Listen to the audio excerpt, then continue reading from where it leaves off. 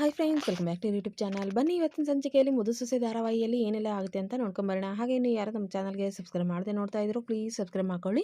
ಇದೇ ರೀತಿ ಟಿವಿಗಿನ ಮುಂಚಿತವಾಗಿ ಧಾರಾವಾಹಿಯಲ್ಲಿ ಏನಾಗಬಹುದು ಅಂತ ನಮ್ಮ ಚಾನಲಲ್ಲಿ ನೀವು ತಿಳ್ಕೊಬಹುದು.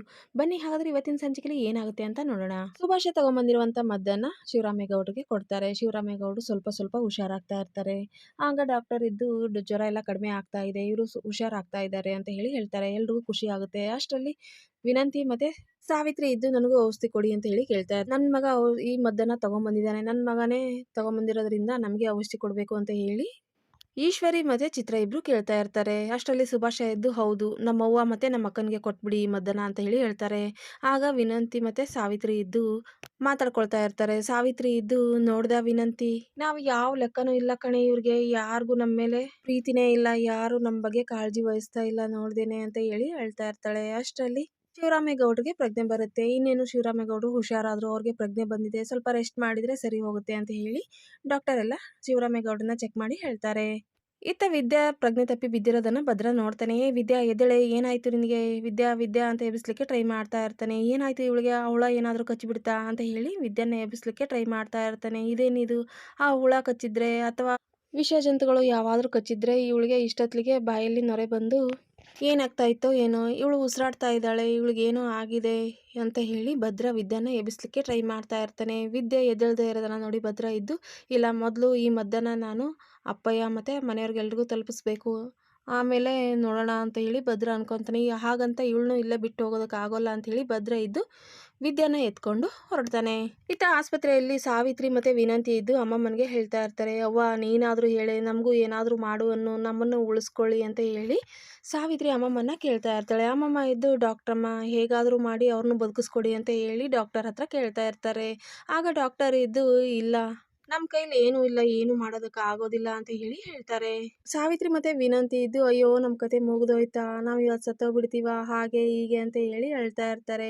ಆಗ ಈಶ್ವರಿ ಇದ್ದು ನೋಡ್ದ್ಯಾ ಚಿತ್ರ, ನಮಗೆ ಮನೆಯಿಂದ ಆಚೆ ಹೋಗ್ತೀರಾ ಹಾಗೆ ಹೀಗೆ ಅಂತ ಸಾವಿತ್ರಿ ಹೇಳಿದ್ಲು. ಆದ್ರೆ ಪಾಪ ಇಲ್ಲಿಂದನೇ ಇವಳು ಹೋಗೋ ಹಾಗಾಯ್ತು, ಇವ್ರನ್ನ ಕಾಪಾಡ್ಕೊಳ್ಳೋದಕ್ಕೆ ಯಾರಿಗೂ ಆಗೋದಿಲ್ಲ ಅಂತ ಈಶ್ವರಿ ಮತ್ತೆ ಚಿತ್ರ ಇಬ್ರು ಮಾತಾಡ್ಕೊಳ್ತಾ ಇರ್ತಾರೆ. ಇತ್ತ ಆ ಮದ್ದನ್ನ ಈಶ್ವರಿ ಮತ್ತೆ ಚಿತ್ರ ಇಬ್ರಿಗೂ ಕೊಡ್ತಾರೆ. ಆಗ ಚಿತ್ರ ಇದ್ದು ಅವ್ವ ಚಳಿ ಎಲ್ಲ ಕಡಿಮೆ ಆಗ್ತಾ ಇದೆ ಕಣವ, ನನಗೂ ಹುಷಾರಾಯ್ತು ಅನ್ಸುತ್ತೆ ಅಂತ ಈಶ್ವರಿ, ಚಿತ್ರ, ಶಿವರಾಮೇಗೌಡರು 3 ಜನ ಹುಷಾರಾಗ್ತಾರೆ. ಸಾವಿತ್ರಿ ಇದ್ದು ಅವ್ವ ನಮ್ಮ ಅಣ್ಣ ಹುಷಾರಾಗಿದ್ದು ನನಗೂ ಖುಷಿನೇ, ಆದ್ರೆ ನನಗೂ ಏನಾದ್ರೂ ಮಾಡು ಅಂತ ಹೇಳವ್ವ, ನೀನಾದ್ರೂ ಹೇಳಿ ಡಾಕ್ಟರ್ಗೆ ಅಂತ ಡಾಕ್ಟರ್ ಹತ್ರ ಕೇಳ್ಕೊಂತಾ ಇರ್ತಾರೆ. ಅಷ್ಟರಲ್ಲಿ ಭದ್ರ ಇದ್ದು ವಿದ್ಯಾನ ಎತ್ಕೊಂಡ್ ಬರ್ತಾನೆ. ಡಾಕ್ಟರ್ ಮೊದಲು ಇವಳನ್ನ ಚೆಕಪ್ ಮಾಡಿ ಅಂತ ಭದ್ರ ಡಾಕ್ಟರ್ಗೆ ಹೇಳ್ತಾ ಇರ್ತಾನೆ. ಏನಾಯ್ತು ಅಂತ ಕೇಳ್ತಾ ಇರ್ತಾರೆ. ಗೊತ್ತಿಲ್ಲ ಅಂತ ಭದ್ರ ಹೇಳ್ತಾನೆ. ಅಷ್ಟರಲ್ಲಿ ಅಮ್ಮಮ್ಮ ಎದ್ದು ಏನಾಯ್ತಲ್ಲ ಇವಳಿಗೆ, ಯಾಕೆ ಈ ರೀತಿ ಪ್ರಜ್ಞೆ ಇಲ್ಲದೆ ಬಿದ್ದಿದ್ದಾಳೆ ಅಂತ ಅಮ್ಮಮ್ಮ ಕೇಳ್ತಾ ಇರ್ತಾರೆ. ಗೊತ್ತಿಲ್ಲ ಅಮ್ಮಮ್ಮ ಅಂತ ಭದ್ರ ಕೂಡ ಹೇಳ್ತಾನೆ. ಭದ್ರ ಸುಸ್ತಾಗಿ ಕೂತ್ಕೊಂತಾನೆ.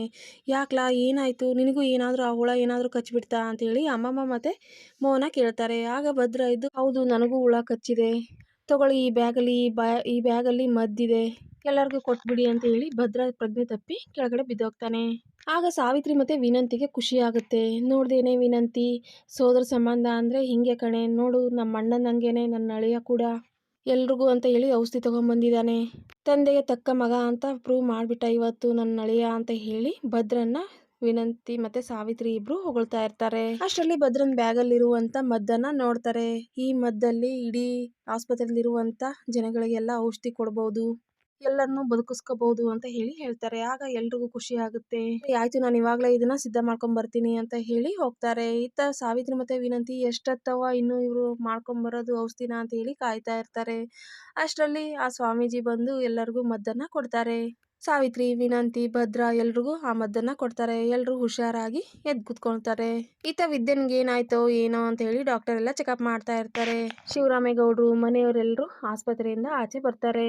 ಅಮ್ಮಮ್ಮ ಇದ್ದು ಸುಭಾಷನ್ನ ಹೊಗಳ್ತಾ ಇರ್ತಾರೆ. ಸುಭಾಷ, ಇವತ್ತು ನೀನು ಒಳ್ಳೆ ಕೆಲಸ ಮಾಡ್ದೆ ಕಣ್ಲಾ, ನೀನು ಇಂಥ ಒಳ್ಳೆ ಕೆಲಸ ಮಾಡ್ಲಿ ಅಂತಾನೆ ದೇವರು ನಿನ್ನಲ್ಲಿ ಕಳಿಸಿದ ಅನ್ಸುತ್ತೆ ಹಾಗೆ ಹೀಗೆ ಅಂತೇಳಿ ಸುಭಾಷನ್ನ ಹೊಗಳ್ತಾ ಇರ್ತಾರೆ. ಸಾವಿತ್ರಿ ಇದ್ದು ನೋಡ್ದೆ ವಿನಂತಿ ಇಷ್ಟು ದಿನ ಬೈತಾ ಇದ್ರು, ಇವಾಗ ಹೇಗೆ ಹೊಗಳ್ತಾ ಇದ್ದಾಳೆ ಅವ್ವ ಅಂತ ಹೇಳ್ತಾ ಇರ್ತಾಳೆ. ಅಲ್ಲೇ ಇರುವಂತ ಸ್ವಾಮೀಜಿಗಳಿಗೆ ಶಿವರಾಮೇಗೌಡರು ಹೇಳ್ತಾ ಇರ್ತಾರೆ, ನಿಮ್ಮಿಂದ ತುಂಬಾ ಉಪಕಾರ ಆಯ್ತು, ಇವತ್ತು ನಿಮ್ಮಿಂದ ನಮ್ಮ ಜೀವ ಬದುಕ್ತು ಹಾಗೆ ಹೀಗೆ ಅಂತ ಹೇಳ್ತಾ ಇರ್ತಾರೆ. ಆಗ ಸ್ವಾಮೀಜಿಗಳು ಇದ್ದು ನೀವು ಧನ್ಯವಾದಗಳು ಹೇಳ್ಬೇಕಾಯ್ತು ನನಗಲ್ಲ, ನಿಮ್ಮ ಮಕ್ಕಳಿಗೆ ಹೇಳ್ಬೇಕು, ಮೊದಲು ಈ ಸುಭಾಷ ಔಷಧಿ ತಗೊಂಡ್ಬರ್ಲಿಲ್ಲ ಅಂದ್ರೆ ನಿಮ್ಮ ಪ್ರಾಣನೇ ಉಳಿತಾ ಇರ್ಲಿಲ್ಲ, ಹಾಗೆ ಇನ್ನೊಬ್ಬ ಮಗ ನಿಮ್ಮ ಭದ್ರ ಕೂಡ ಎಲ್ರಿಗೂ ಆಗೋವಷ್ಟು ಔಷಧಿನ ತಗೊಂಡ್ಬಂದಿದ್ದಾನೆ, ಇದು ಒಂದು 25, 30 ಜನಕ್ಕೆ ಮದ್ದನ್ನು ಮಾಡ್ಬೋದು. ಅದಷ್ಟಕ್ಕೂ ಕೊಟ್ಟು ಮತ್ತೆ ಆ ಮದ್ದು ಉಳಿಯುತ್ತೆ. ಮತ್ತೆ ಹಳ್ಳೀಲಿ ಯಾರಿಗಾದ್ರೂ ಈ ರೀತಿ ಆಯಿತು, ಆ ಹುಳುಗಳು ಕಚ್ಚಿತು ಅಂತ ಹೇಳಿದರೆ ಮತ್ತೆ ಅವ್ರಿಗೆ ಮದ್ದು ಮಾಡ್ಬೋದು. ಅಷ್ಟು ಔಷಧಿನ ತಗೊಂಬಂದಿದ್ದಾರೆ.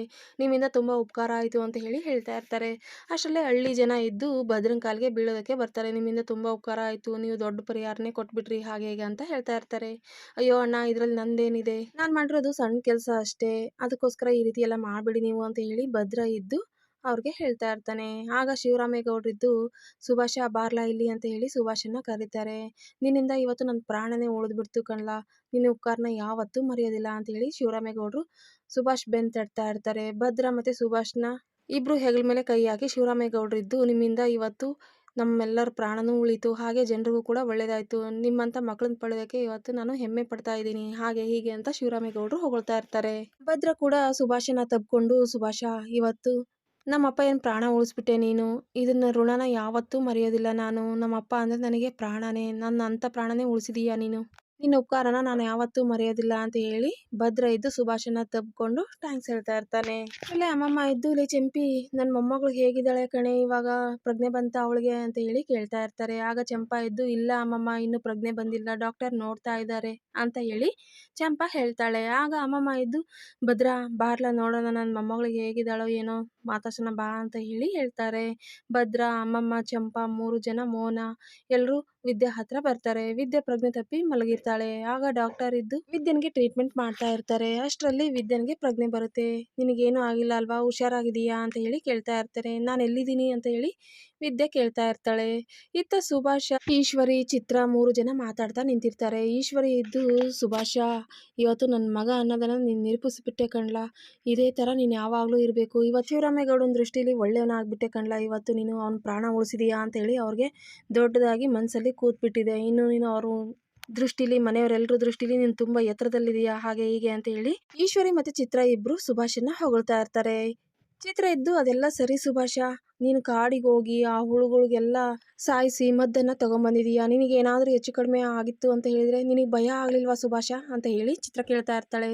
ಆಗ ಸುಭಾಷ ಜೋರಾಗಿ ನಗಾಡ್ತಾ ಇರ್ತಾನೆ. ಚಿತ್ರ ಮತ್ತು ಈಶ್ವರಿಗೆ ಶಾಕ್ ಆಗುತ್ತೆ. ಆಗ ಈಶ್ವರಿ ಇದ್ದು ಅಲ್ಲ ಕಣ್ಲಾ ಸುಭಾಷ, ಅವಳು ಏನು ಕೇಳಿದ್ಲು, ನಿನಗೇನಾದರೂ ತೊಂದರೆ ಆಗಿದ್ರೆ ಅಪಾಯ ಆಗಿದ್ರೆ ಅಂತ ಹೇಳಿ ಕೇಳ್ತಾ ಇದ್ದಾಳೆ, ಅದಕ್ಕೆ ನೀನು ಯಾಕೆ ಈ ರೀತಿ ನಗ್ತಾ ಇದೀಯಾ ಅಂತ ಹೇಳಿ ಈಶ್ವರಿ ಕೇಳ್ತಾಳೆ. ಆಗ ಸುಭಾಷ ಇದ್ದು ನಾನು ಕಾಡಿಗೆ ಹೋಗಿ ಔಷಧಿ ತಗೊಂಬಂದಿದ್ರೆ ಅಲ್ವಾ ನನಗೆ ಏನಾದರೂ ಆಗ್ತಿತ್ತು, ಆ ಮದ್ದನ್ನು ತರಕ ಅಂತ ಹೇಳಿ ನಾನು ಕಾಡಿಗೆ ಹೋಗಿದ್ದೇನೋ ನಿಜ, ಆದರೆ ನಾನು ಆ ಸಾಹಸ ಮಾಡಿಲ್ಲ ಅಂತ ಹೇಳಿ ಸುಭಾಷ ನಗ್ತಾ ಇರ್ತಾನೆ.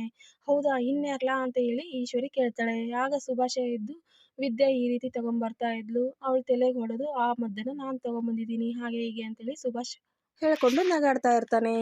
ಈಶ್ವರ ಇದ್ದು ಸುಭಾಷ್ಗೆ ಹೇಳ್ತಾ ಇರ್ತಾಳೆ, ಯಾವಾಗಲೂ ಇದೇ ರೀತಿ ಇರಬೇಕು ನೀನು, ಹುಷಾರಾಗಿ ಎಲ್ಲದನ್ನು ಮ್ಯಾನೇಜ್ ಮಾಡಬೇಕು, ಮನೆಯವ್ರ ದೃಷ್ಟಿಲಿ ಒಳ್ಳೆಯವನಾಗಬೇಕು ನೀನು, ಇನ್ನು ಶಿವರಾಮನ ದೃಷ್ಟಿಲಿ ನೀನು ತುಂಬ ಎತ್ತರ ಸ್ಥಾನದಲ್ಲಿದೆಯಾ, ಇದನ್ನು ಯಾವಾಗಲೂ ನೀನು ಉಳಿಸ್ಕೋಬೇಕು ಹಾಗೆ ಹೀಗೆ ಅಂತೇಳಿ ಈಶ್ವರಿ ಮಗನ ಪರವಾಗಿ ಮಾತಾಡ್ತಾ ಇರ್ತಾಳೆ.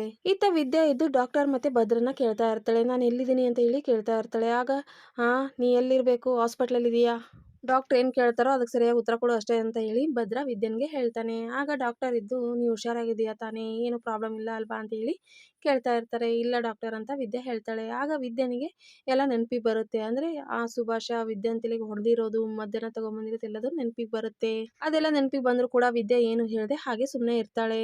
ಮನೆಯವರೆಲ್ಲರೂ ವಿದ್ಯನ್ ಕರ್ಕೊಂಡು ಮನೆಯವರೆಲ್ಲರೂ ಮನೆಗೆ ವಾಪಸ್ ಬರ್ತಾರೆ. ಅಮ್ಮಮ್ಮ ಇದ್ದು ಹೋಗಿ ಆರತಿ ತಗೊಂಬನ್ನಿ ನನ್ನ ಮಗನಿಗೆ, ಇವತ್ತು ಅವನು ಮತ್ತೆ ಹುಟ್ಟು ಬಂದಂಗೆ ಆಗಿದೆ, ಕೆಂಪು ಆರತಿ ಮಾಡ್ಕೊಂಡು ತಗೊಂಬನ್ನಿ ನನ್ನ ಮಗನಿಗೆ, ಆರತಿ ಮಾಡಿ ಮನೆಯೊಳಗೆ ಕರ್ಕೋಬೇಕು ಅಂತೇಳಿ ಅಮ್ಮಮ್ಮ ಹೇಳ್ತಾರೆ. ಸರಿ ಅಂತ ಚಂಪಾ ಆರತಿ ಮಾಡಿ ಮನೆಯವ್ರಿಗೆಲ್ರಿಗೂ ಹೋಗ್ತಾಳೆ. ಆಗ ಶಿವರಾಮೇಗೌಡರಿದ್ದು ಎಲ್ಲರೂ ಮನೆಯೊಳಗೆ ನಡೀರಿ ಅಂತ ಹೇಳಿ ಹೇಳ್ತಾರೆ.